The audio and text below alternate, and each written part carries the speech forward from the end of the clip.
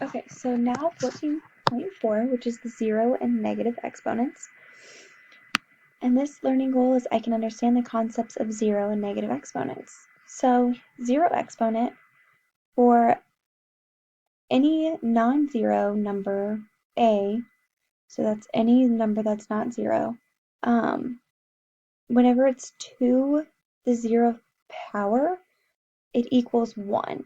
And so the power of 0 to the 0 power is actually undefined, so we actually cannot solve that.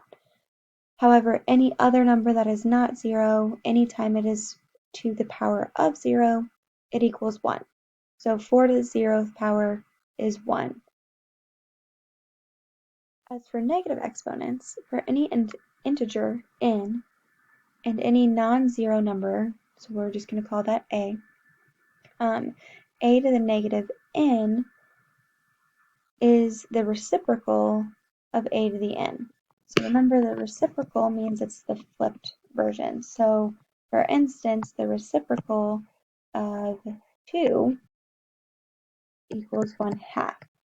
And so the reciprocal of 4, so if I have 4 to the negative 2, that means that I'm going to have the reciprocal of 4 squared, which means I have 1 over 4 squared.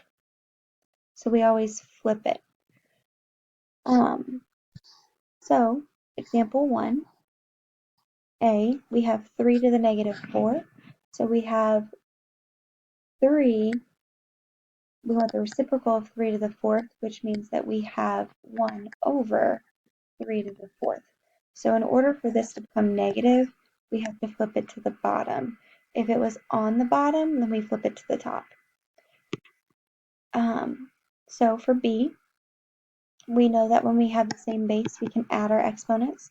So we keep our base the same, and we add negative 4 plus 4, which equals 0, which means I have negative 8.5 to the 0 power, which means I have an answer of 1, because anything to the 0 power is always 1. So I'm going to subtract, so I have 2 to the 6 minus 8, because the top number always comes first. And so I have 2 to the negative 2, which means I need to flip this to the bottom to make it positive. So I take the whole thing, so I'm going to have 1 over 2 squared. And this is my answer. We can actually go a little bit further here.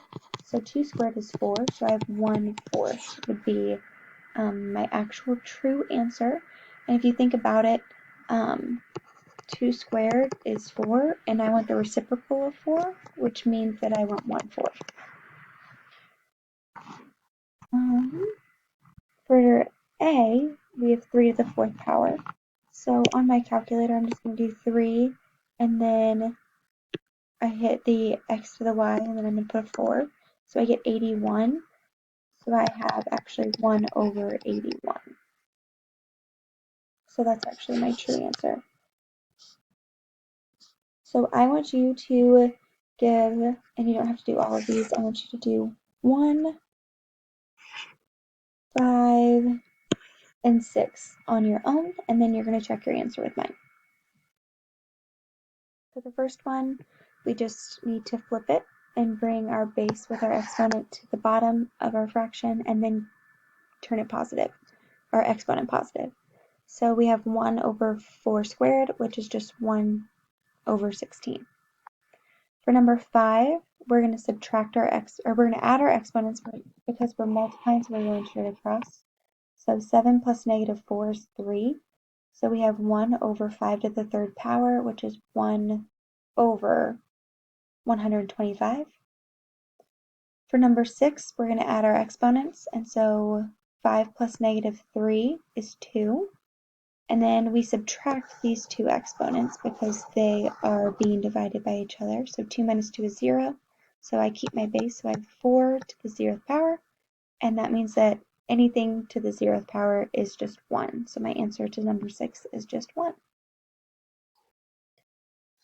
All right, so now we're going to simplify expressions. And so I have -5 times, but we know anything to the 0 actually equals 1. So I have -5 times 1, which equals -5. So now we can see that we have a base of y. So we subtract these. So we have 9 to the y, or 9 times y, sorry, to the -3 minus 5. -3 minus 5 is -8. So we have 9 times y to the -8, which means I keep the 9 on top because that's not the base. The rule says that if we have a negative exponent, that the base and the exponent flip to the bottom. So my base of y goes to the bottom, and then I turn my exponent to be negative, or from a negative to a positive. So I have 9 over y to the 8th power. There's nothing else I can do there, so this would just be my answer. That's as simplified as I can get it. So now let's add our exponents. So we're going to add those. So 4 plus -7, so we have n to the 4 plus -7, which is n to the, and that's all over 6. 4 plus -7 is -3. So that means the base and the exponent need to flip to the bottom. So I have 1 over 6 times n to the 3rd power. And then this is my answer. Remember, it doesn't change the sign of my base, it changes the sign of only my exponent whenever I flip it. So I want you to try 7, 8, and 9 on your own, and then you're going to check your answers with mine.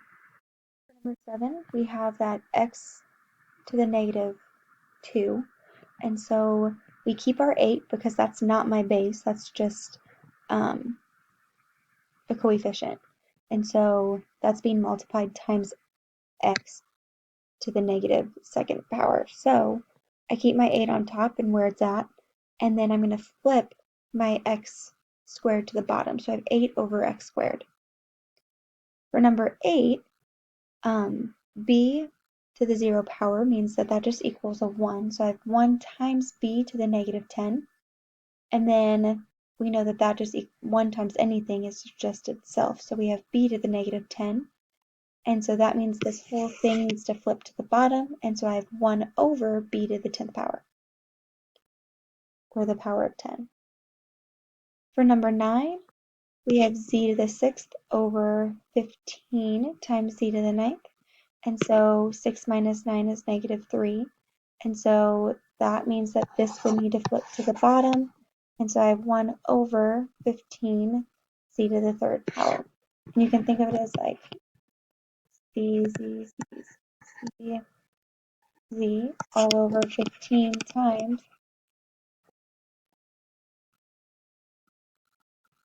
I think that's 9. And then remember, they cross out because they cancel. And that's where we get that 15z to the 3rd power on the bottom. Sometimes it's easier to see it that way. All right, so that's the end of your 14.4 notes. And so now I want you to go to Big Ideas and complete that homework.